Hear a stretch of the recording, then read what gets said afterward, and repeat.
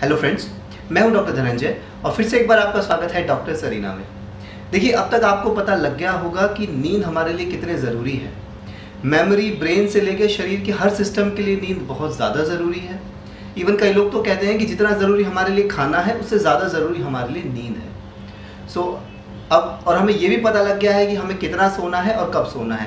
अगर आपको अभी तक नहीं पता लगा हो तो मैं आपसे रिक्वेस्ट करूंगा कि आप डॉक्टर सरीना के पुराने एपिसोड देखें, और देखने के लिए आप डॉक्टर सरीना को सब्सक्राइब करें, लाइक करें और ज़्यादा से ज़्यादा लोगों के साथ शेयर करें कि जिनको नींद की प्रॉब्लम है उनको इनसे बहुत ज़्यादा बेनिफिट मिल सके।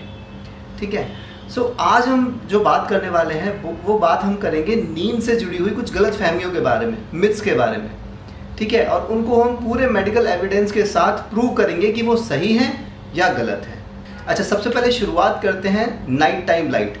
देखिए, कई लोग बिना लाइट के सो ही नहीं पाते हैं रात को। उनको बहुत आदत होती है कि वो थोड़ी सी चाहे लाइट जलाएंगे तभी ही सोते हैं वो तो। लेकिन रात को लाइट जलाकर सोने के बहुत ज़्यादा नुकसान हैं। जैसा कि हम डिस्कस भी कर चुके हैं कि लाइट जो होती है वो आपका इम्पॉर्टेंट हार्मोन जो मेलेटोनिन होता है उसके सिक्रीशन को 50% से ज़्यादा कम कर देती है।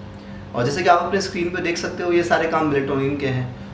नींद की क्वालिटी तो ख़राब होता ही है, साइकिल तो ख़राब होता ही है, ये सारे सिस्टम्स भी ख़राब हो जाते हैं।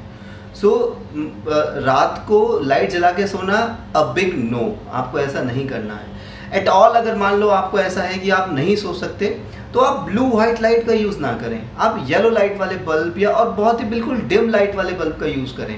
क्योंकि फ्रेंड्स, एक रिसर्च यहाँ तक हुई है कि जिसमें एक इंसान के थाई पे, मतलब जो नी के नीचे वाले हिस्से पे एक छोटा सा बल्ब लगा के छोड़ दिया गया और उसके चारों तरफ से अंधेरा था। उसकी जो स्लीप स्टडी की गई उसमें देखा गया कि बहुत ज़्यादा प्रॉब्लम्स पाई गई।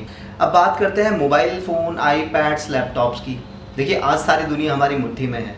एक फ़ोन ऑन करते ही सारा वर्ल्ड हमारे सामने आ जाता है, बट इसके साथ कई प्रॉब्लम्स भी साथ में आती हैं। ये सारी चीज़ें जो हैं नींद को बहुत गंदे तरीके से इफ़ेक्ट करती हैं। इसमें सबसे पहला जो प्रभाव पड़ता है वो तो ब्लू लाइट का है, जो हम डिस्कस कर ही चुके हैं। दूसरा आता है एंजाइटी का, क्योंकि जैसे ही हम फ़ोन ऑन करते हैं इतनी दुनिया भर की न्यूज़ हमें मिलती है। हमारा जो लेवल्स ऑफ एंजाइटी है वो बहुत ज़्यादा हो जाता है। और दूसरी चीज़ ये भी है कि सोशल मीडिया से हमको हमारे आसपास के फ्रेंड्स, रिलेटिव सबके बारे में पता चलता है। तो एक फोमो, मतलब फियर ऑफ मिसिंग आउट की सी फीलिंग आती है कि यार वो बंदा तो ऐश कर रहा है रात को, लेकिन मैं ऐश नहीं कर पा रहा हूँ। इन सारी चीज़ों से बहुत ही ज़्यादा जो हमारे एंजाइटी होती है बहुत ज़्यादा बढ़ जाती है। और फिर हम ऑब्वियसली अगर इतनी एंजाइटी होगी तो हम कैसे सो पाएंगे।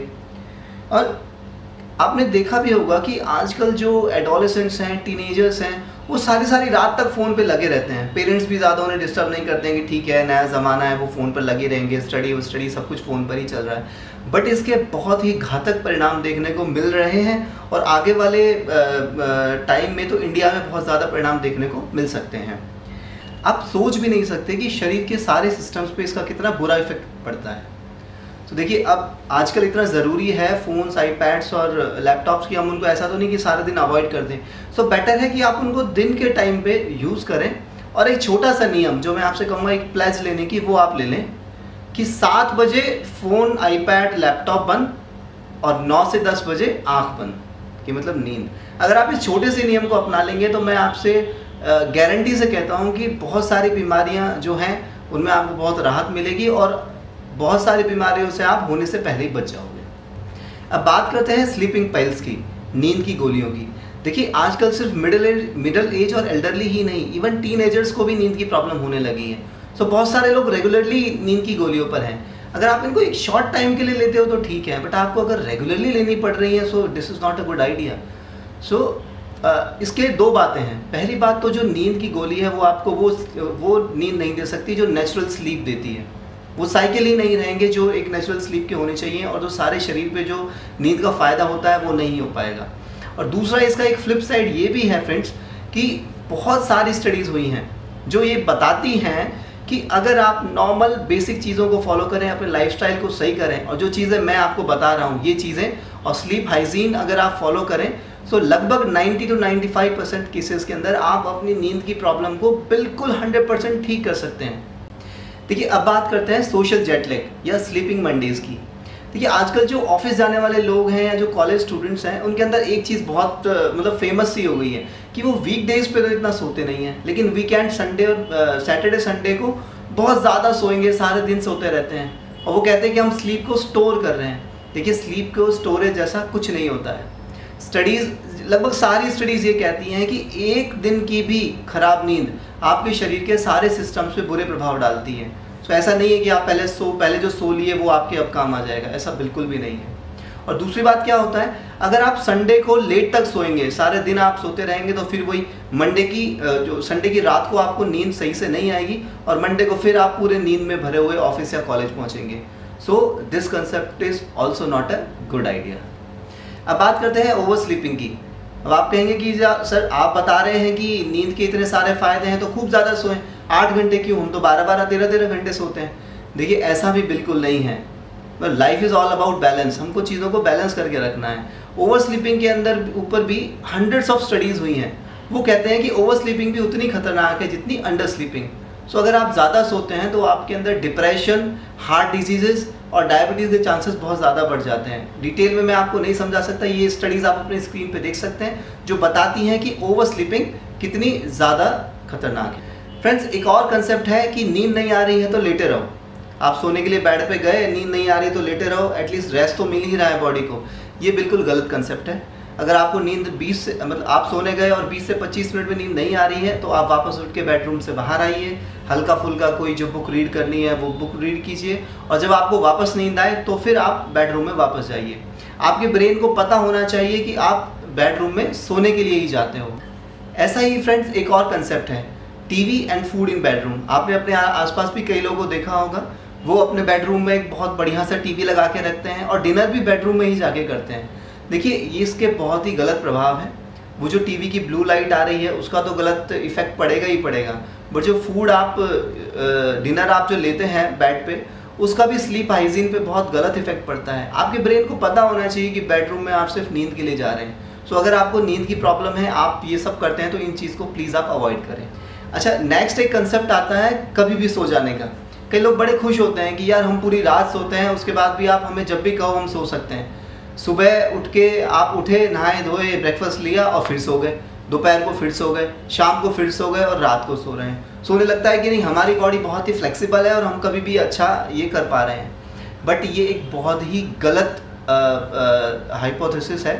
क्यों? क्योंकि अगर आप दिन में कभी भी सो पा रहे हैं, आपकी बॉडी बार बार नींद मांग रही है, इसका मतलब आप एफिशिएंट स्लीप नहीं ले रहे हैं।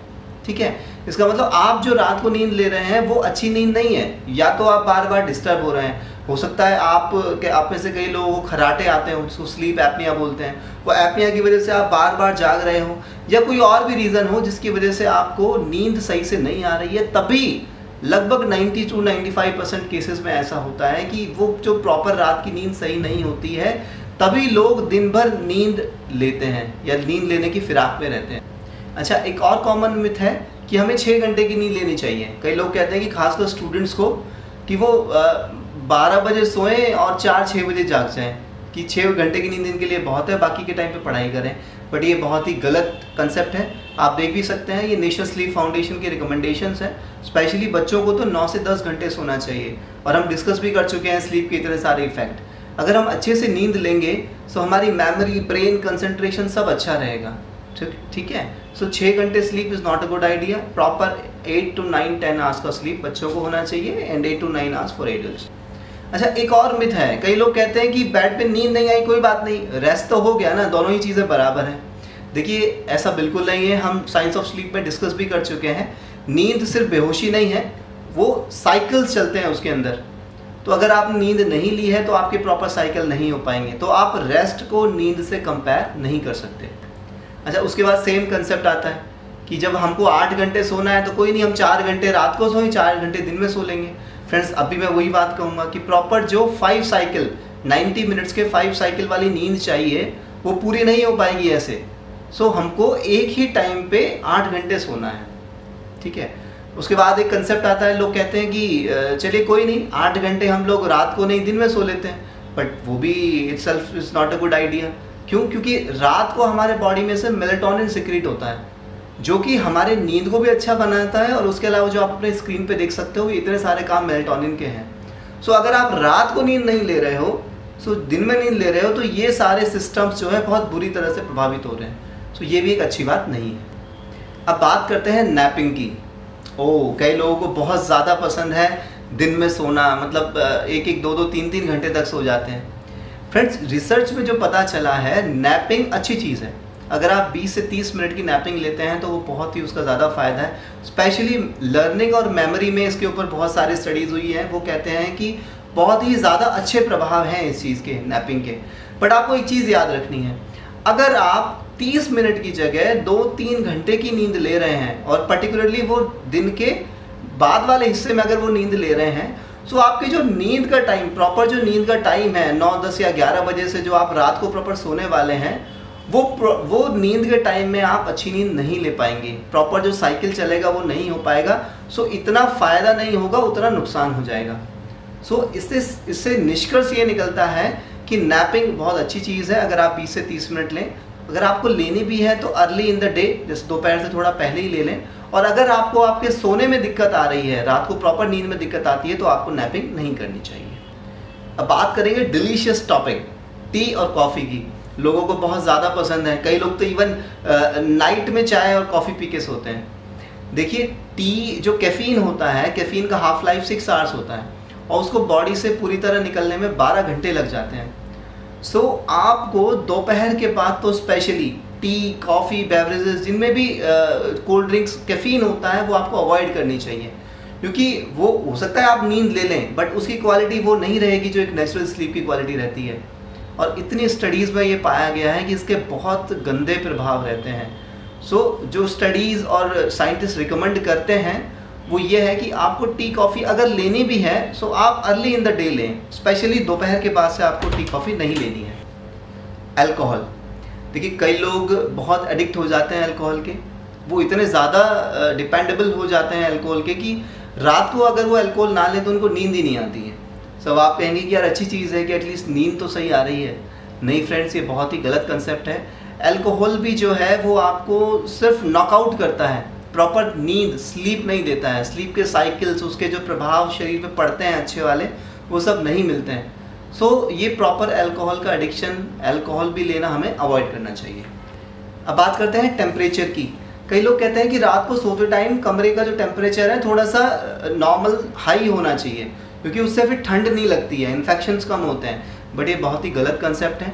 एक तो ज़्यादा गर्म में इन्फेक्शन के चांसेस भी ज़्यादा रहते हैं, और दूसरी बात, सोते समय आपकी बॉडी खुद से ही आपका जो टेम्परेचर है वो कम करती है।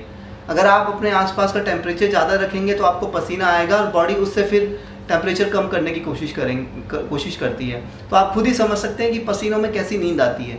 वो नींद बार बार डिस्टर्ब होगी और आप प्रॉपर स्लीप नहीं ले पाएंगे।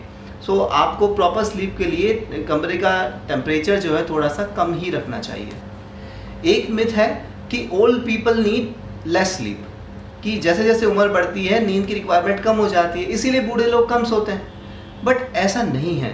जो भी एल्डरली लोग हैं उनको भी नींद की रिक्वायरमेंट आप देख सकते हैं, नेशनल स्लीप फाउंडेशन के हिसाब से 8 से 9 घंटे की ज़रूरत होती है। बट उनकी नींद की क्वालिटी विद एज कम होती चली जाती है। सो हमें नींद की क्वालिटी पे ध्यान देना है। उनकी रिक्वायरमेंट कम नहीं है, उनको जो प्रॉब्लम है उनको सॉल्व की तरफ हमें ध्यान देना है। एक कंसेप्ट होता है एडोलेसेंट्स आर लेजी, कि आपने देखा होगा कि बच्चे जो होते हैं वो तो टाइम से सो जाते हैं, लेकिन जैसे ही वो एडोलेसेंट टीन एज में जाते हैं वो उनके सोने का टाइम डिले होता चला जाता है। वो 10, 11, 12 बजे तक सोते हैं। सो उसमें दो बातें हैं। पहली बात तो ये नेचर ने ही ऐसा बनाया हुआ है कि जैसे जैसे वो टीन एज की तरफ जाते हैं तो उनके स्लीपिंग साइकिल जो होता है वो डिले शिफ्ट होता जाता है, वो 10, 11 या 12 बजे तक होता चला जाता है।